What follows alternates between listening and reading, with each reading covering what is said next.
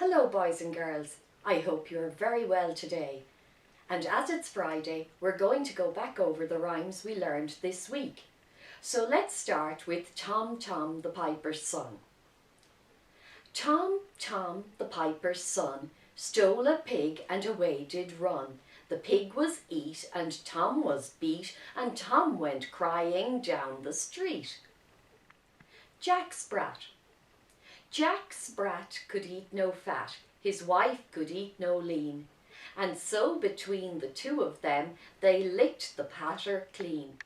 Our last rhyme today is Humpty Dumpty. Did you know that Humpty Dumpty was written by Lewis Carroll?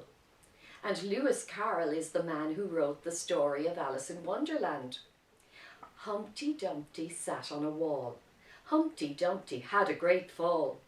All the king's horses and all the king's men couldn't put Humpty together again. Do you know what date today is? It's a very special date. It's the 1st of May. It's May Day, the first day of summer. Do you remember our poem, The Months? And we had a special verse all about the month of May. Do you remember it? Okay, say it with me. May brings flocks of pretty lambs, skipping by their fleecy dams.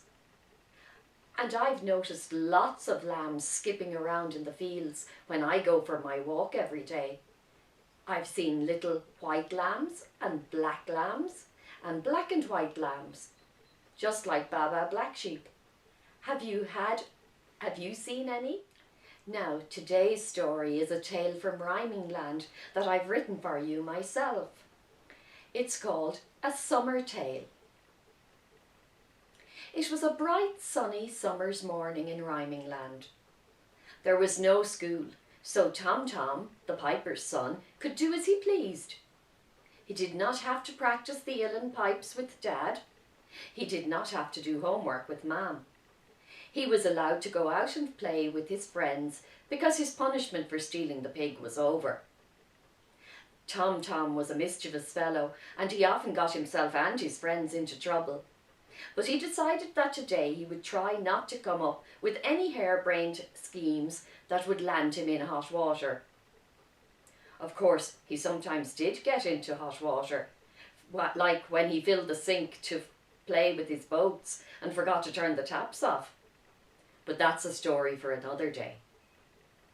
After eating his breakfast, Tom Tom got on his bike and cycled over to Jack Sprat's house. Little Jack Sprat was still eating his breakfast. Even though he was little, Jack was always hungry and it took him ages to finish his meals. However, when he saw Tom Tom, he gobbled down his 3rd bowl of cereal, grabbed his bike and cycled off. "Where are we going today?" asked Jack. Tom Tom was the one with the great ideas. "I thought we'd go to the wall and see what Humpty is up to." "Sounds like a plan," said Jack, and off they went pedalling furiously. It was a long journey to the wall, 2 kilometres.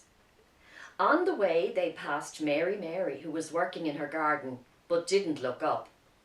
They cycled up the hill ahead of Jack and Jill and could hear their cries behind them as they fell down the hill again. They didn't look back. It was always the same with those two. At the top of the hill they met Little Bo Peep. "Have you seen my sheep?" she asked. "No, sorry," they yelled as they freewheeled down to the tuffet at the bottom. They were just in time to see Miss Muffet dropping her bowl and running squealing into her house. The spider had already crawled into the bowl and was finishing the curds and whey. "Almost there," Tom Tom said. Just then the wall came into view. It was a high red brick wall capped with white stone. It stood in front of a very large red brick house that had been built for the old woman who used to live in the shoe. All was quiet. "The family must be gone shopping," said little Jack Sprat. "Where's Humpty?" wondered Tom Tom. They heard a moan from the strawberry patch. There lay poor old Humpty Dumpty on his back, legs in the air, with his hand to a crack at the top of his shell. "I was trying to reach the strawberries when I reached out too far and fell off the wall," said Humpty. "Thank goodness you came. The old woman has gone shopping and I'm feeling a bit fried." "Don't worry," said Jack Sprat. "I have my mobile phone. I'll call old King Cole. He'll know what to do." So he did just that. In 5 minutes the cavalry arrived, all the king's horses and all the king's men. They put a bandage on Humpty's head and popped him back on the wall. "You were lucky this time," said the captain, "but you might not be so lucky next time." "Thank you," said Humpty meekly. "Well done, lads," said the captain. "Will you tell my dad how good I was?" asked Tom Tom. "I will indeed," said the captain as he rode off on his horse. Tom Tom and Jack picked strawberries for Humpty, and had a few themselves too. "I love summer," said Tom Tom.